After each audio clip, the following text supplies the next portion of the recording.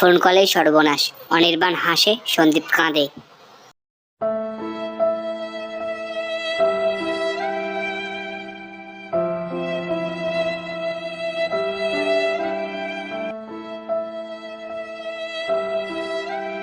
কিরে শালা, টেনশন কেন?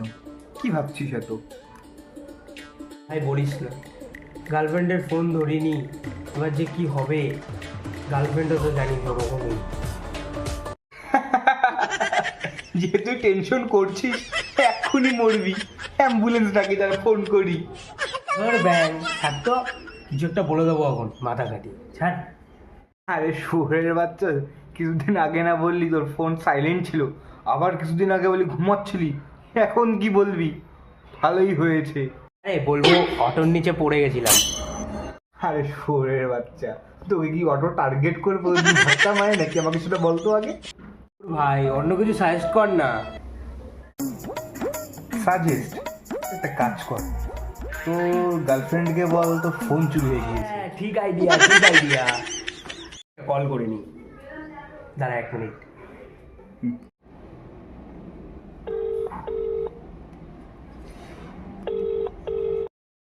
গার্লফ্রেন্ড কল ধরার পর, তুমি ফোন ধরছো না কেন? বেবি বেবি আমার ফোন চুরি হয়ে গেছিল বেবি। ও তাই নাকি? হ্যাঁ আজ সকালেই এক চোর। তাহলে এখন ফোন করছো কিসের জন্য? হ্যাঁ হ্যাঁ, আমি চোরের কাছ থেকে ফোন ছিনিয়ে নিয়ে এসেছি।